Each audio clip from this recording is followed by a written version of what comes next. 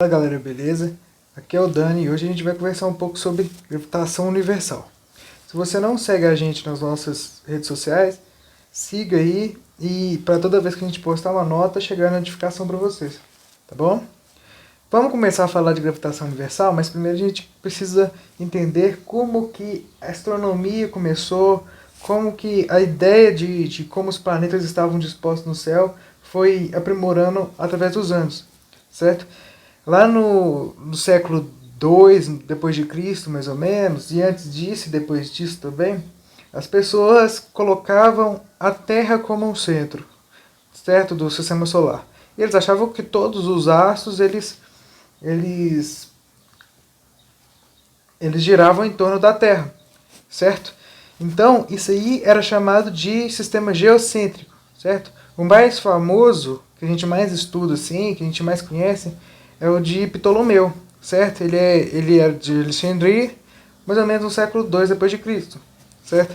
E aí ali vocês podem ver que a Terra está no centro e todos os astros estão girando em torno da Terra, ok? Então esse é o sistema geocêntrico.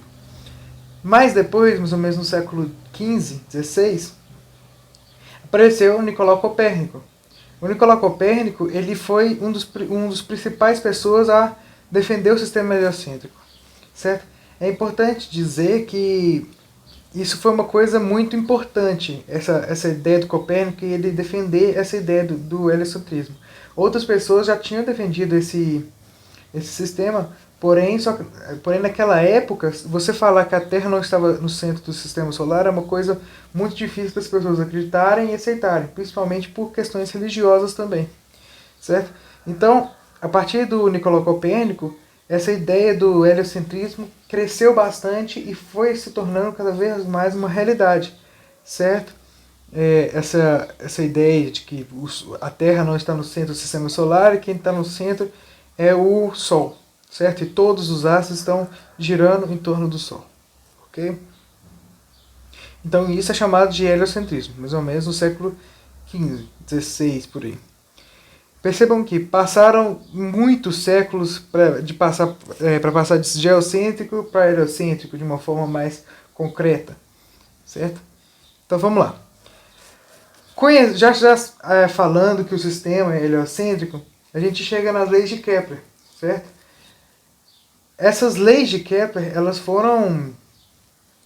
foram propostas pouco depois que o Nicolau Copérnico morreu. Então foi mais ou menos na mesma época, certo? E a gente tem que sempre lembrar do Tycho Brahe. O Tycho Brahe era como se fosse um mentor do Kepler. O Tycho Brahe ele fez todas as observações do céu. Ele era uma ótima pessoa para observar e anotar, fazer cálculos e deixar isso tudo anotado, certo? Aí depois dele, um dia ele chamou o Kepler foi trabalhar com ele. Tem uma história até bacana, eu passei para vocês assistirem, espero que vocês tenham assistido. Mas aí o Kepler foi trabalhar com o Tycho Brahe, e a partir dessas anotações que o Tycho Brahe tinha feito, dessas observações do Tycho Brahe, o Kepler conseguiu formular as leis de Kepler, certo? Essas leis tão importantes para a gravitação universal, que fizeram esse entendimento nosso sobre o sistema solar aumentar bastante, certo? Quais que foram as leis de Kepler?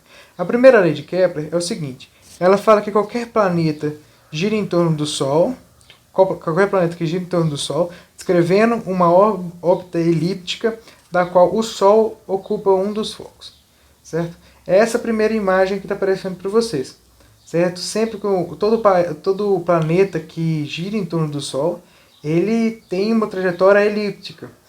Antes, eles achavam que os planetas tinham trajetórias circulares, ok?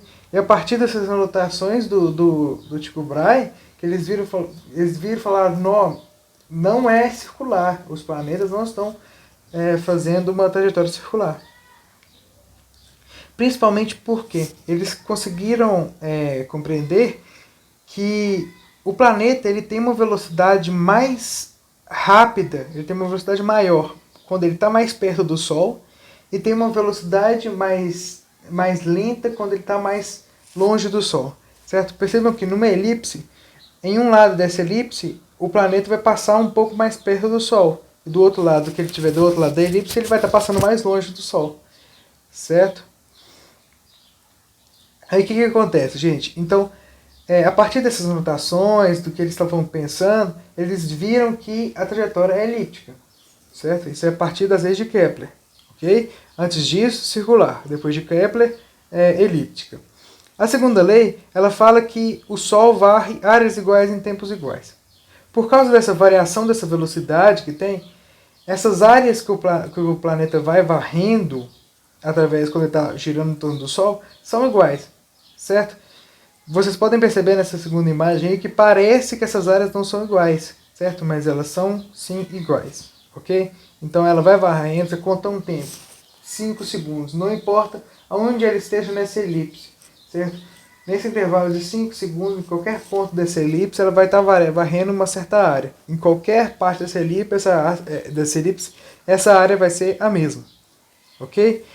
O que eu estou dizendo? Que cada pedacinho desse aí que está aparecendo na segunda imagem, que o planeta está varrendo, ela tem uma mesma área, certo? Se estiver de acordo com as leis de Kepler, certo?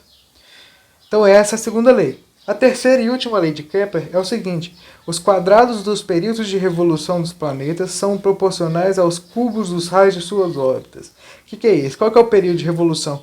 É o tempo que está demorando para o planeta dar uma volta inteira em torno do Sol, certo? No caso da Terra, por exemplo, o período de revolução da Terra é 1 ano, certo? E o raio da órbita da Terra é 1 unidade astronômica. Por quê? Eles colocaram essa 1 unidade astronômica para ficar mais fácil de você escrever, porque a raio da Terra é muito grande, é um número muito grande, né?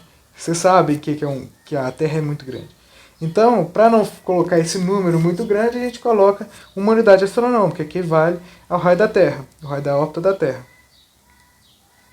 Certo? Então, a partir disso aí, tem uma relação de unidades astronômicas e os períodos de revolução. Certo? Se você pegar esse período, fazer o quadrado desse período e dividir pelo cubo desse raio dessa órbita, que está escrito aqui do lado de vocês acham uma constante, certo? Percebam que é tudo por volta de 1. Certo? E isso que diz essa terceira lei de Kepler. Se você dividir o quadrado do período de revolução pelo cubo do raio da órbita, vai dar uma constante. Ok? Então, beleza. Essas três aí foram as 3 leis de Kepler. Tempo depois, a gente teve a lei da gravitação universal. Qual que é a lei da gravitação universal? A lei da gravitação universal é o que fala o tanto que dois corpos conseguem se atrair, certo? Essa atração gravitacional, reparem que é tudo atração gravitacional, não tem repulsão gravitacional igual tem lá no eletromagnetismo que vocês já estudaram. Aqui a gente está falando só de atração gravitacional. Então esse Fzão aí que está aparecendo para vocês nessa formulazinha é a força de atração entre dois corpos de massa M1 e M2. Certo? Sempre que eu tenho dois corpos, eles estão se atraindo de massa. Se eles têm massa, eles estão se atraindo. Ok? Então, e elas estão se atraindo com uma certa força. Essa força é esse Fzão que eu coloquei para vocês. Então, essa força de atração é igual a uma constante de gravitação universal, a constante gravitacional. Ela está escrita aqui embaixo para vocês, ela vale 6,67 vezes 10 a menos 11 newtons vezes metro quadrado dividido por quilograma quadrado, certo? E é essa constante vezes a massa do corpo 1 vezes a massa do corpo 2 dividido pela distância dos corpos ao quadrado, certo? A partir disso aí, você consegue achar o tanto que essas forças estão se atraindo, esses corpos estão se atraindo, certo? Importante dizer que essa formulazinha que você tem aí para atração de dois corpos de massa em M1 e M2, depois vocês vão ver que ela parece muito com a formulazinha que você tem do eletromagnetismo, de atração e repulsão de dois corpos que têm uma carga, certo? Então, depois que vocês estudaram o eletromagnetismo, acho que vocês já estudaram, vai ficar mais fácil de vocês gravarem essa formulazinha da gravitação de Newton, certo? Mas então, sempre que tem dois corpos de massa, certo? Massa 1 e M2, eles estão se atraindo. Se eles têm massa, eles estão se atraindo. Se eles estão se atraindo, o valor dessa força de atração é dado por essa formulazinha que eu coloquei para vocês aí. Tranquilo? Coisas importantes que vocês precisam saber dessa gravitação universal, dessa força de gravitação universal de Newton.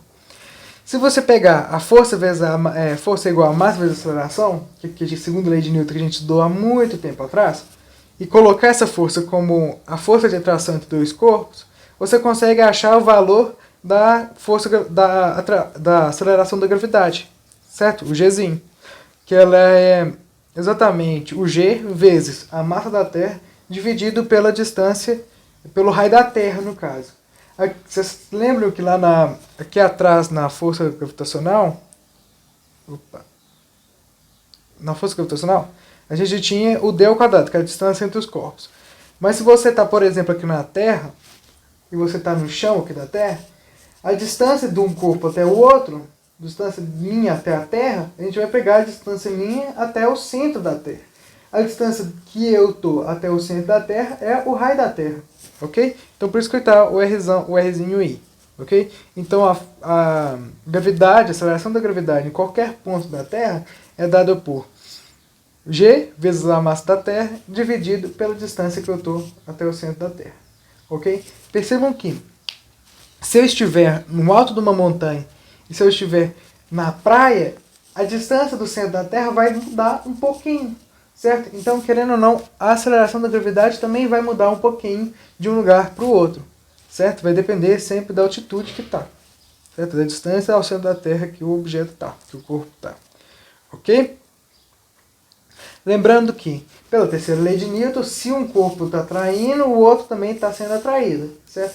Então essa força de atração, ela aparece nos dois corpos. Por exemplo, se eu estou atraindo a Terra, se a Terra está me atraindo, eu também estou atraindo a Terra, certo? Só que a massa da Terra é muito grande, então não acontece nada com a Terra. Porém, comigo acontece, porque minha massa é muito pequena. Ok? Deu para entender mais ou menos essa ideia, gente? Então, se você estiver no exercício aí querendo saber qual que é o valor da gravidade em algum ponto da Terra, é só você fazer essa analogia com a segunda lei de Newton. Essa analogia não, essa continha com a segunda lei de Newton. Você pega a segunda lei de Newton e substitui a força pela força de atração gravitacional. Ok? Reparem que quanto maior o raio, quanto mais distante que os corpos estão, menor vai ser a aceleração da gravidade. Certo? Por isso que se você sair da Terra, você está diminuindo o valor dessa gravidade até chegar num ponto que a gravidade é muito próxima de zero. Certo? Se a gravidade está muito próxima de zero, nada vai estar te puxando mais, por exemplo, para você ficar em pezinho no chão, por exemplo. Certo? Isso que essa imagem aí do lado que eu estou querendo mostrar para vocês, que é quando um astronauta vai para o espaço, vai ficar, a distância dele da Terra vai ficar muito grande, certo? A distância vai aumentar. Então o valor da gravidade vai ficar muito pequeno. Se o valor da gravidade vai ficar bem pequeno, eles vão sentir nenhuma gravidade ou quase nenhuma. Por isso que aí eles ficam flutuando aí na nave espacial, certo? Porque não tem gravidade, ok? A gravidade é zero. Última coisa que eu queria falar com vocês é sobre a velocidade de um satélite. Imagina o seguinte, que eu tenho um satélite e ele está em órbita da Terra, certo?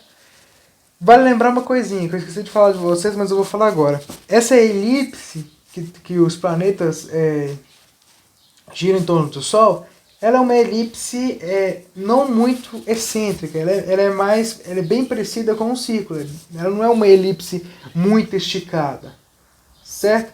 Ela é uma elipse um pouco mais parecida com um círculo, certo? Mas é uma elipse.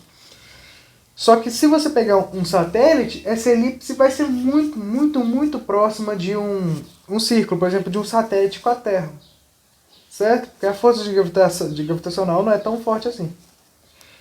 Se essa trajetória dele vai ser bem próxima de um círculo, para efeito de cálculo para a gente pode considerar que esse satélite está tendo uma órbita circular ao redor da Terra. Certo?